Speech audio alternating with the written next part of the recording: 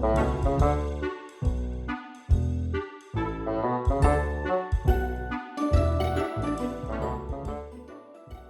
the climate changes around the world. The rising sea levels because of global warming. Water shortage, right? Wildlife and renewable energy.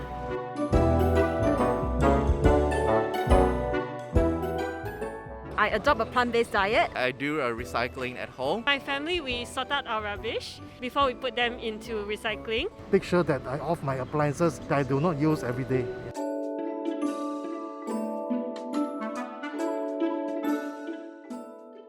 The leadership is a key to success. With COVID, we've proven that we can go paperless, and I think companies should adopt that. Definitely it's a renewable energy. I hope that when it comes to my kids' generation, we can find a solution.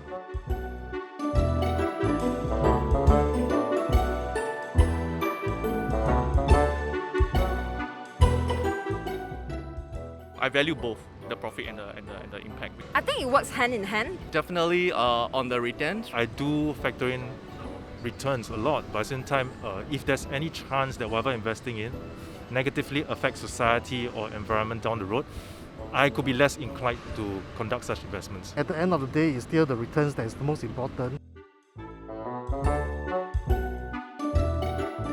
Something to do with the environment. I'm not very sure exactly what ESG investing is. It comes across as a more responsible ways of making choices when it comes to entering investments. I'm not too sure, and I don't really have the time to really think about it.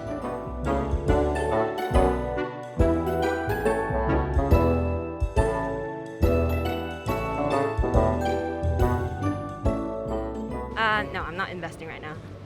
Nothing changed very much. I'm currently investing. I'm more open-minded about things, but at the same time, it's still a very cautious approach. Not really that much, but more conservative. Like most Singaporean, I will just keep it to my CPF.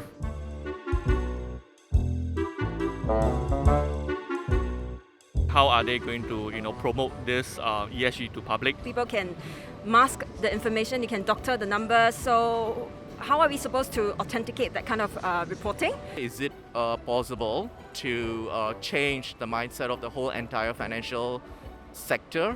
How do I quantify tangible results?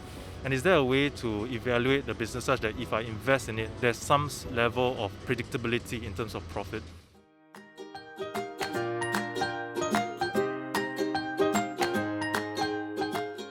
E for environmental is just one component of the acronym ESG.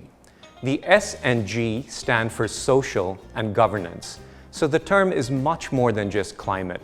Perhaps a lot of people associate ESG with the environment, as its impact is more visible and it creates startling headlines.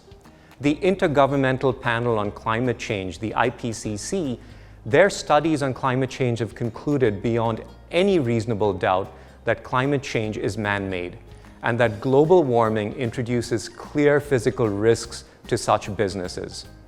There are secondary and even more profound risks from transitions to a lower carbon economy as governments now belatedly try to mitigate the worst effects of climate change.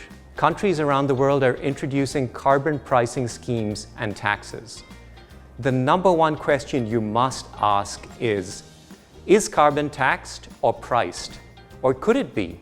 And are there lower alternative carbon products that could become more popular substitutes over time?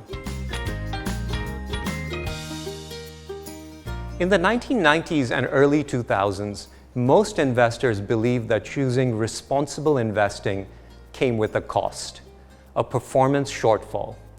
In fact, this concern was so common that the word performance was mentioned in 1/3 of all responsible investing news articles published from 1982 to 2009. That's more than the references to any other term. Today, the notion that investors must settle for less with ESG returns seems to all have but disappeared. We surveyed more than 60 institutional investors a few years ago, and the responses showed that nearly 70% of them said they expect similar returns from ESG portfolios as from traditional portfolios. A lot of people also associate ESG investing with some sort of ethical or normative morality in the investing process. To us, it's more about understanding the E S and G risks and factors that are material for any investment. And when we do this, we believe it leads to better risk-adjusted returns. It's why we adopt this approach in all our active strategies. There are many ways to create a sustainable portfolio.